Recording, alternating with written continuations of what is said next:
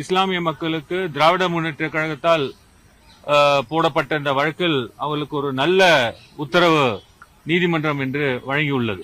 Essential requirements of religion ஃபங்க்ஷன்ல ஒரு parliament சட்ட திருத்தம் மூலமாக தலையிட முடியாது. இது அடிப்படை உரிமைகளை பாதிக்கிற நிலையினால இந்த சட்டங்கள் எல்லாமே ஆர்டிகல் 26 மற்றும் 27, 28 படி இதை சட்டப்படி செல்லத்தக்கதல்ல நீதிமன்றத்தில் எங்களுடைய வாதங்களை எடுத்து வைத்தோம்.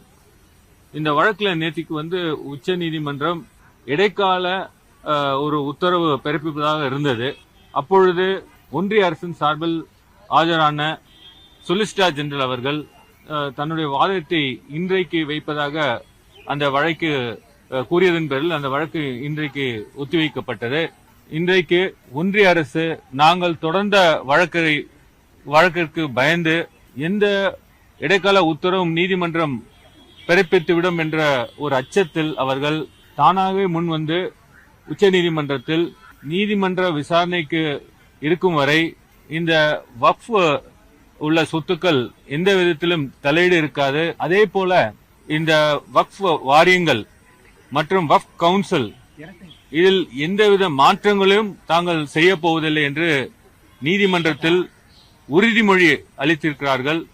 ஒன்றிய அரசு உறுதிமொழியை உச்சநீதிமன்றம் இன்று ஏற்றுக்கொண்டு இந்த வழக்கை ஒரு வார காலத்திற்கு தள்ளி வைத்துள்ளார்கள். நீதியரசர்கள் தள்ளி வைக்கும் போது கூட என்ன சொன்னார்கள் என்றால், ஒரு வாரம் கழித்து வேறு ஏதாவது உத்தரவு பிறப்பிக்க வேண்டும் சூழ்நிலை இருக்கிறதா இல்லையா என்பதை ஆராய்ந்து பார்க்கப்படும் என்று கூறியிருக்கிறார்கள். இது உண்மையிலே